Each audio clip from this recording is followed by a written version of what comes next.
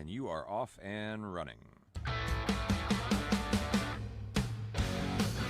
It's 5:05 and welcome into a Thursday edition of the Carolina Journal News Hour. News Talk 1110 99.3 WBT. I'm Nick Craig. Good morning to you. Tariffs ranging from 10 to 41% are officially set to take effect today for multiple countries as the ongoing trade battle and war out of the White House continue. This comes months after the world was capitulated into a spiraling trade war following President Donald Trump's Liberation Day announcement, which happened back on April the 2nd of this year. The looming threat of tariffs has created a pretty significant amount of uncertainty for businesses across nearly every industry, as deadline after deadline for implementing tariffs have been repeatedly pushed back in an attempt to broker deals. The tariffs that went into effect on August the 7th reflect a change in a rate from what was threatened initially during the Liberation Day announcement. Joseph Harris, a fiscal policy analyst over at the John Locke Foundation, tells the Carolina Journal, from April the 2nd to July 31st, announcements, the average tariff rate among the included trading partners declined from 25% to 19%. Among the most significant rate reductions were Cambodia, 49% to 19%, Vietnam, 46% to 20%, and on the other hand, Switzerland received the largest rate increase from 31% to 39%. In a July 31st announcement, 69 trading partners were included. 8 of these partners saw no change in their tariff rate from that early April announcement. Among the remaining 61 partners whose rates were adjusted, 19 experienced increases, while 42 of those countries saw decreases. The average proposed tariff rate for all of those countries combined dropped from 25% in April to an average of 19% in the latest announcement. The new rates range from the low of 10%, which is applicable to the United Kingdom, Brazil, and the Falkland Islands, to a high of 41% for Syria. Joseph Harris said the United Kingdom, Brazil, as well as others are subject to the lowest tariff rate of 10% in the July 31st schedule, placing them well below the average of all of the countries. Although many of the July 31st tariff rates are lower than those announced in April, they still represent added trade costs that could result in higher prices for certain goods if those costs are passed along to consumers. India is set to face an additional 25% tariff for a combined 50% final rate, which is set to take effect in about 3 weeks, according to the folks inside the administration. According to an executive order signed by President Donald Trump on August the 6th, the additional tariffs are in response to India's imports of Russian oil, as well as the ongoing Russian invasion of Ukraine.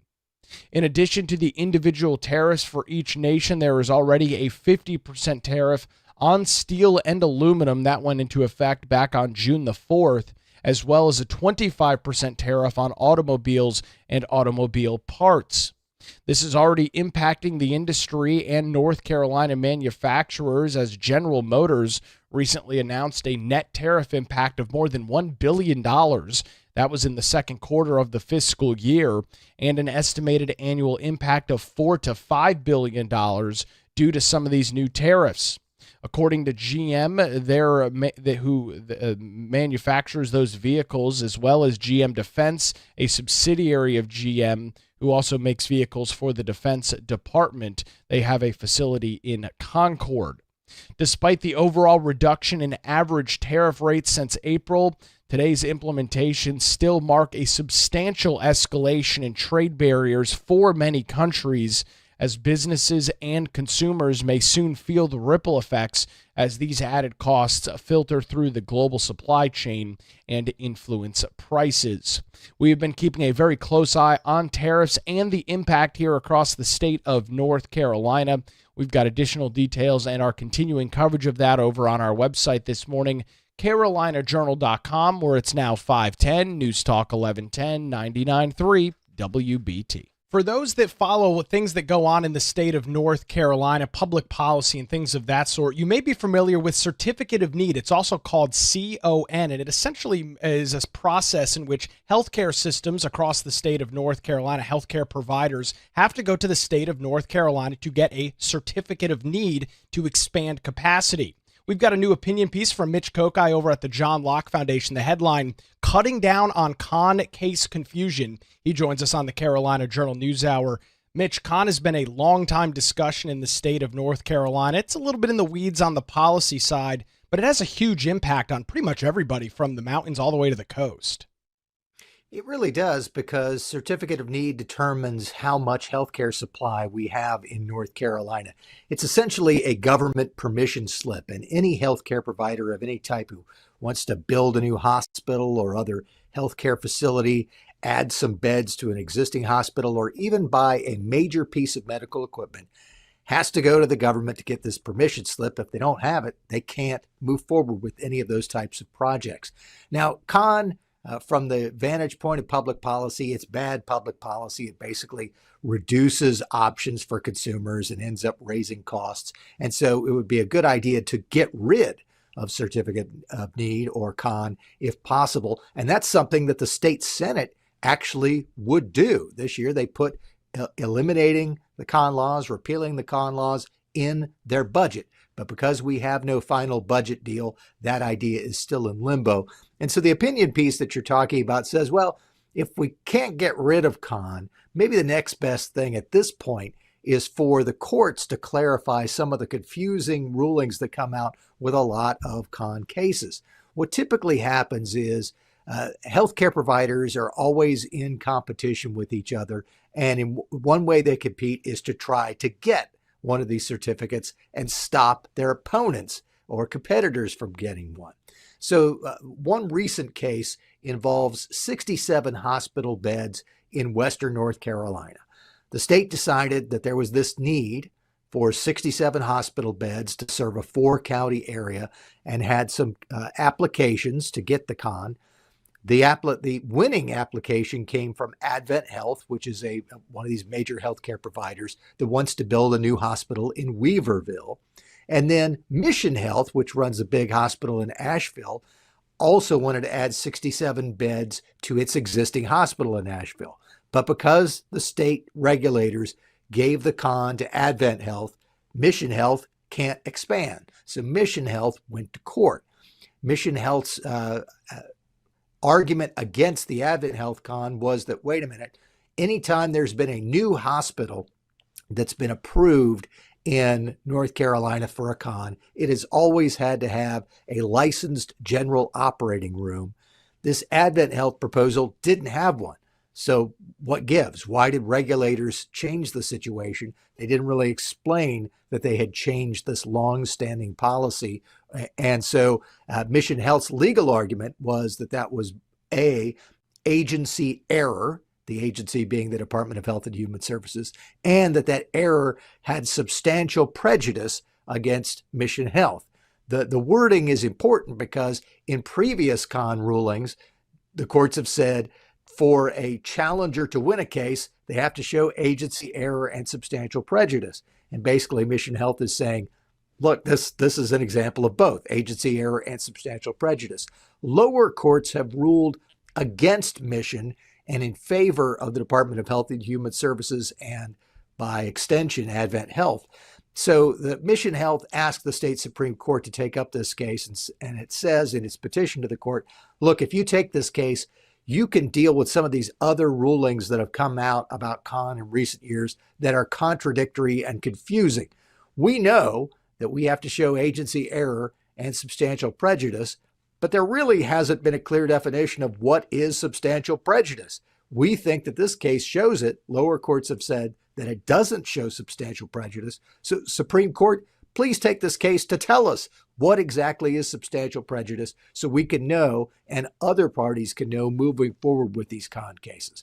Now, it's interesting to note that against this proposal, both Advent Health and the State Department of Health and Human Services have filed documents saying, wait a minute, these may be some interesting issues to take up. This is not a case to do it because Mission Health didn't even prove there was any kind of agency error. If they can't prove agency error, it's a moot point. Don't take this case.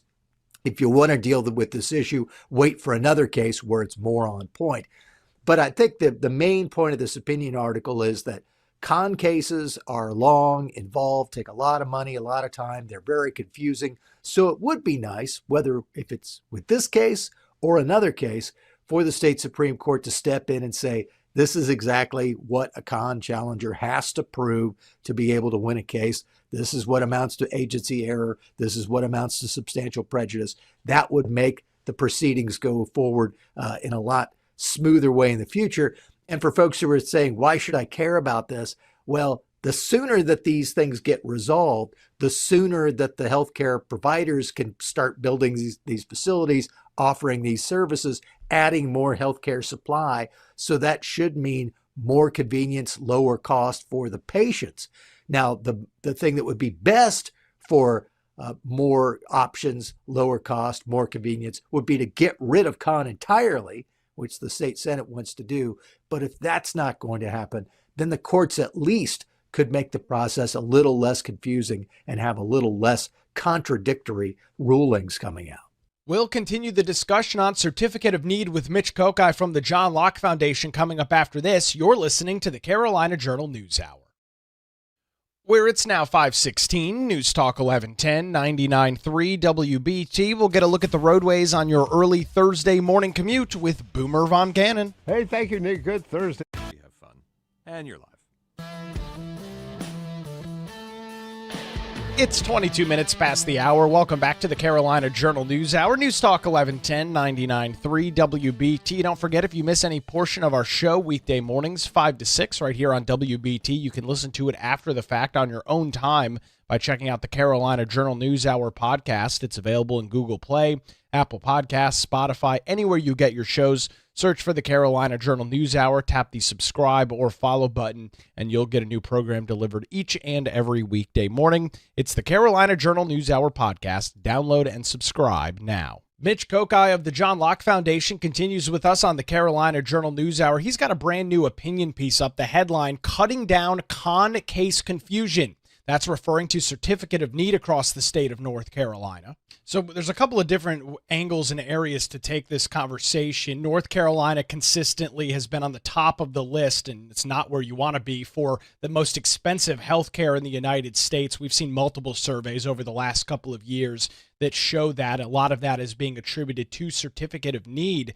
And Mitch, as we follow these legal processes go down, and there's a variety of these various cases across the state, you're putting a huge burden on the state court system on something that many folks believe should just be struck out by the General Assembly. And unfortunately, that has yet to happen. But I can only imagine the burden that that's putting on the court system with these same similar cases time and time and time and time again, anytime somebody's ruled against in a Certificate of Need. Yeah, you see these court cases arise in two circumstances. One is that multiple healthcare providers try to get a con, only one gets the con, and so the losers will sue. The other occasion is that there is not even a competition, but just one provider gets one of these certificates, and then competitors who didn't even apply for the con will say, well, wait a minute, there's something wrong with that application, and try to block it. So there are a lot of different cases moving through the courts at various stages that deal with certificates of need. I think if the Supreme Court does take this case or one of the others that are out there and clarifies what a challenger to a con will have to prove to be able to win, that would make things a lot easier. As we said, the easiest option would be for the state house to go along with the state Senate and say, we're just getting rid of this con process entirely. But if we're going to keep having it, then the rules in the court system that deal with who can challenge a con, when are they going to be successful, making those as clear and simple as possible would help everyone, because the ultimate goal should be not having as much restriction on healthcare supply, letting there be more healthcare supply, and so that the healthcare providers could spend more time building their facilities, getting their equipment, doing what they need to do to serve patients, rather than spending time in courtrooms fighting it out over who can get this government permission slip. Mitch, I think for those that follow politics, maybe even not that closely, they're familiar with the healthcare lobby. This exists up in Washington, D.C., and imagine it exists pretty heavily here in North Carolina as well. Those various entities have been very much in favor of the certificate of needs for quite some time. As you talk about, competing providers can go into an area and try and box their competition out. I would imagine that probably plays a large part into why maybe we've seen dozens of other states move forward with revoking certificate of need, yet North Carolina not only has it, but has one of the most restrictive anywhere in the nation. That's right. Now, back in, I believe it was the 70s that they started, the federal government required state governments to have a con process. But then during the Reagan administration in the 80s, that requirement was gone. The Reagan administration folks running this said, wait a minute, this is completely against anything you know about economics, that if you restrict supply, that you're going to lower costs. No, you're actually going to raise costs, and you're going to give people fewer options. So once that happened, about 15 states got rid of con law, and it doesn't mean that they don't have health care in those states or that their health care is worse than it is in other states. But North Carolina has maintained its certificate of need regime, and it has one of the strictest. And you mentioned the healthcare lobby. It's interesting because these healthcare providers, including all of the major healthcare providers, will fight tooth and nail against each other in these individual con cases.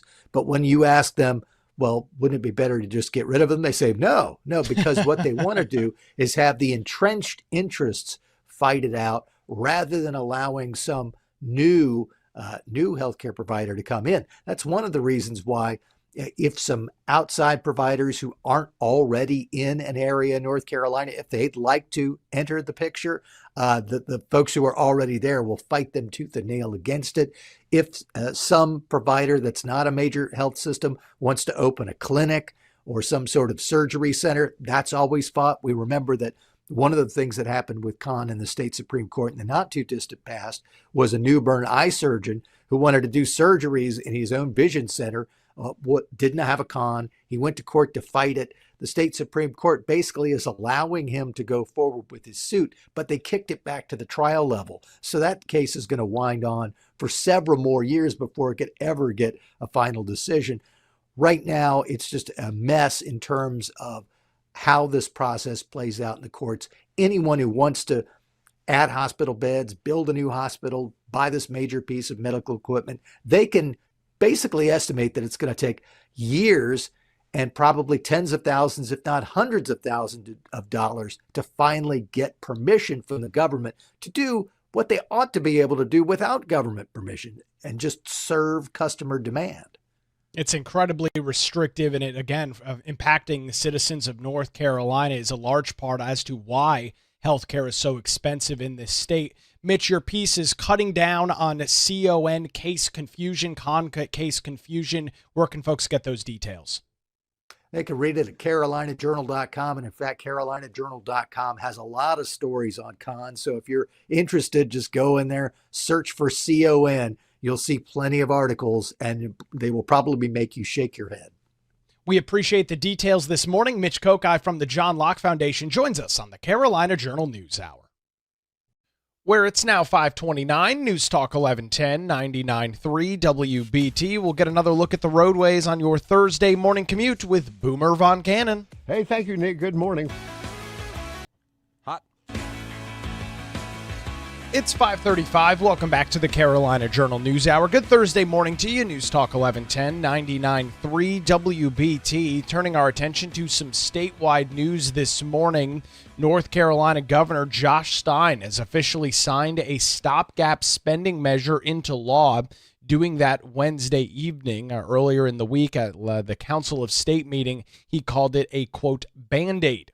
He also signed a bill aimed at cracking down on squatters and vetoed a bill to expand school choice, which is likely to set up another override battle with the Republican-led legislature.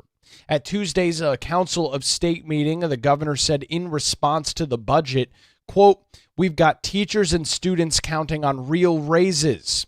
We've got law enforcement who need real raises so that they can address the vacancies that exist throughout state government and in local government. Inflation is real, and there is no pay raises for state employees in this mini budget." House and Senate budget writers have been stalled on a full budget deal since June and July as the leaders of the two chambers continue to have major disagreements on how to deal with tax cuts and some other major policy items across North Carolina.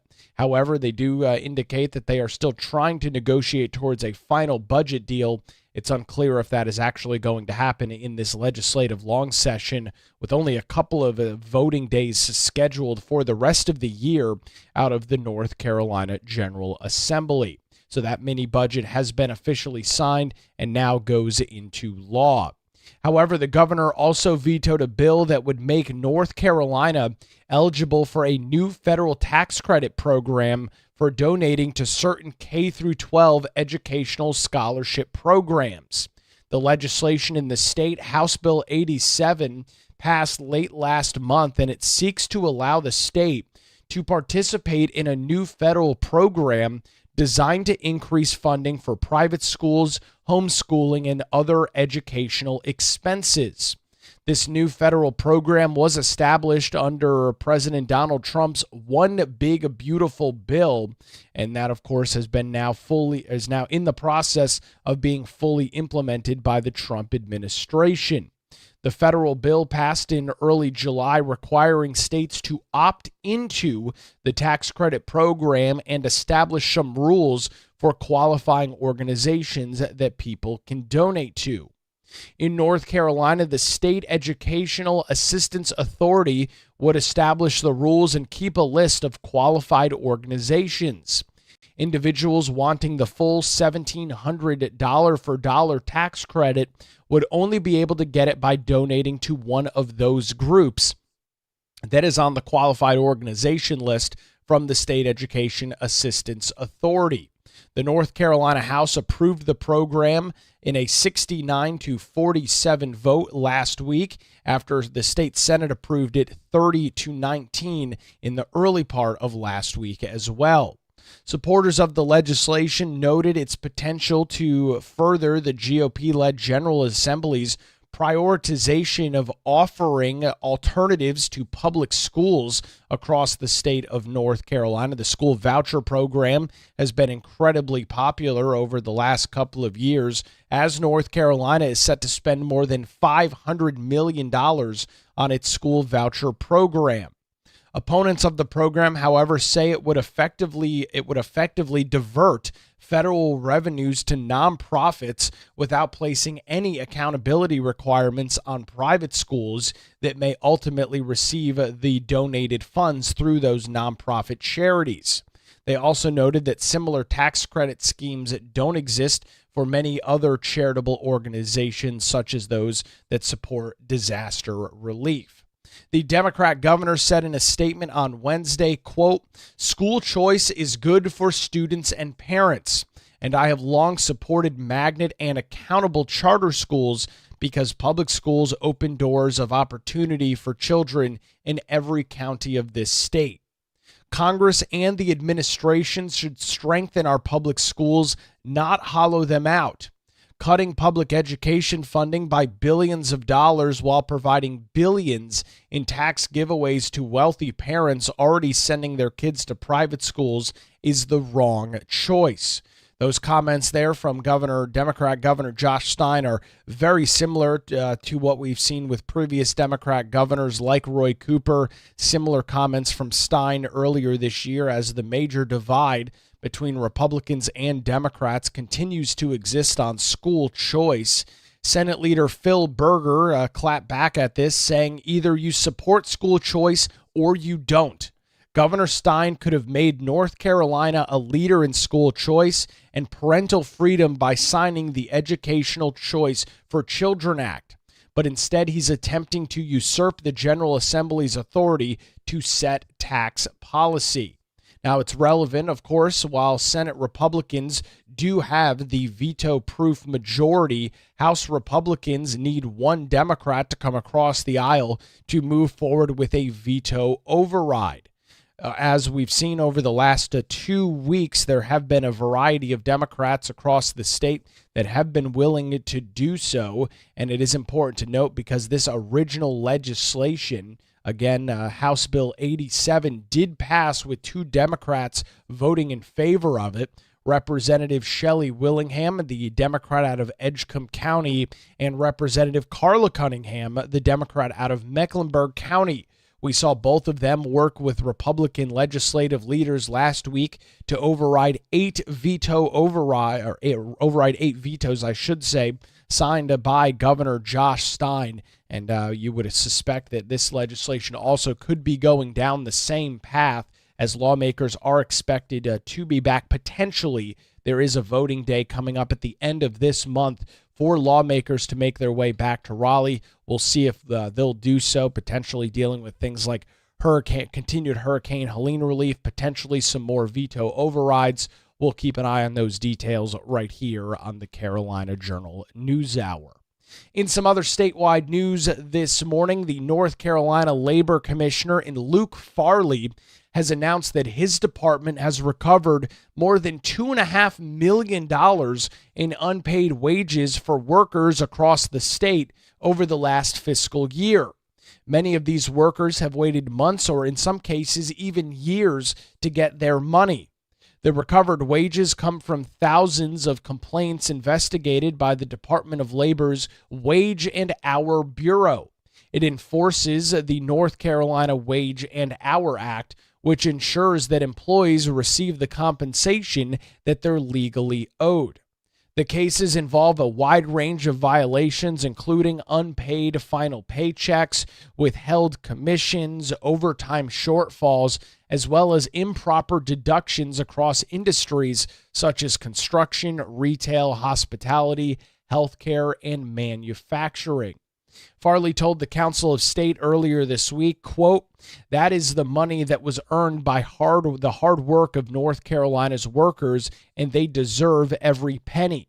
Our department is determined that they deserve every penny of that, and so my job as the commissioner is to do so. But the job of the department as a whole as well is to stand up for those workers that aren't paid their promised wages. And I will tell you, just from a personal perspective, somebody failing to pay what they promised a worker is personally offensive to me. And our Wage and Hour Bureau is aggressively pursuing wage and hour cases against the people who aren't paying for what they promised." A spokesperson for the Department of Labor told the Carolina Journal in an email that the wages recovered were paid to about 1,800 employees and ranged from $50 for one person to a whopping $347,000 for another individual as well. Most of the wages collected were collected through the Department of Labor. Farley added that out of the $2.5 million that was recovered, it represents the ability to pay rent, buy groceries, and plan for people's futures. North Carolinians who believe that they have not been paid properly are asked to contact the Department of Labor. There are links on the Department of Labor website where you can reach out and go through the process. If you believe that some of your wages have been withheld inaccurately, you can go through that process. Information on that exists this morning over on the Department of Labor website. We've also got a link this morning on our website as well, carolinajournal.com. The headline, Labor Department recovers over $2.5 million in unpaid wages for workers. It's now 5:45 on the Carolina Journal News Hour. News Talk 1110, 99.3 WBT. We'll get another look at the roadways on your Thursday morning commute with Boomer Von Cannon. Hey, thank you, Nick. Station.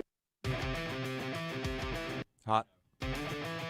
Good morning again. It's 5:52. Welcome back to the Carolina Journal News Hour. News Talk 1110, 99.3 WBT. Continuing our discussion on Certificate of Need this morning. We had an opinion piece that ran over at Carolina Journal last month by Christy Gupton, and the headline is, I drove to South Carolina for an MRI to avoid higher prices from NC's CON laws, that's Certificate of Need. She writes in her piece, while opinions differ on North Carolina's Certificate of Need laws, I wanted to share a personal story that may resonate with others seeking affordable health care and coming short. About a year ago, my son needed a shoulder MRI. As I began shopping around, I was dismayed by the high prices I found locally. The sticker shock inflated to the $5,000+ range for this simple image at a few facilities. Albeit lower in cost, even the independent radiology practices were still too expensive. Then I recalled that in 2023, the South Carolina legislature ultimately repealed its Certificate of Need laws, a bold move to open up healthcare competition across their state. I thought to myself, why am I not looking for this MRI just over the border in South Carolina? And surely the Certificate of Need repeal has had time to drive down prices there. And it turned out that my instincts were right. I found an MRI of the shoulder without a contrast at a lovely independent orthopedic practice in Fort Mill, South Carolina for just $330 cash. I didn't need to haggle with insurance or struggle through the prior authorization process. I just texted my direct primary care doctor and he sent the order. I paid online and my son and I made our way to Fort Mill on a cool spring morning last year. It was a short 90-minute drive. When we checked in, the excellent staff took great care of my son. I walked back to the area where they'd purchased a new MRI machine and watched them set up my son for the procedure. When I returned to the waiting area, I was greeted with a cup of coffee and settled in for about 30 minutes. Before I knew it, his images were complete, and they made a digital copy of it for us to take with us. Because I'd paid $330 ahead of time, we were all set. Next, we enjoyed a nice lunch and did some shopping. I know our modest spending in Fort Mill that day didn't make national headlines, but those dollars could have stayed in North Carolina if the price had been right. I think the grand total we spent just over the North Carolina border was approximately $700 that day, a sum that I would have gladly paid in my home state if that were possible. The lowest price for just the MRI, excluding lunch and retail shopping, was between 2 and 5 times what I spent on everything we consumed in South Carolina that day. The article from Christy Gupton goes on to say, I know I'm just one person, and North Carolina didn't miss that money. But what if 10,000 other North Carolinians followed my lead and voted with their feet, taking their dollars south of the border? Fort Mill is just a stone's throw from Charlotte, one of the state's most populous cities. Atrium Health and Novant have some of the highest prices in the nation. What happens when word gets out that our southern neighbors have allowed competition to do what it does best, reduce costs? When you're paying cash, the law of supply and demand still applies, and in fact, it works very well. Members of the North Carolina General Assembly should be listening to their constituents who can vote for them or not. I know the allure of listening to lobbyists from the state hospital groups must be strong, but the needs of your voters in your home districts should be a higher priority.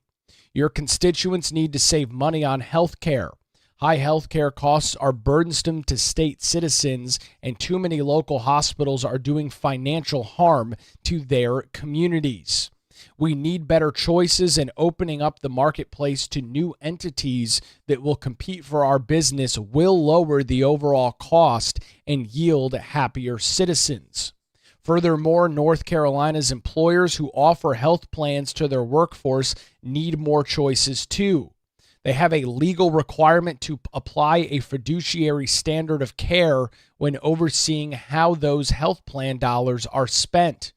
More choices will help our state's job creators also comply with the fiduciary standards that are impossible to achieve in today's healthcare economy in the great state of North Carolina. So as we've talked about throughout the show this morning, certificate of need continues to be a major discussion and a major financial burden for those throughout the state of North Carolina.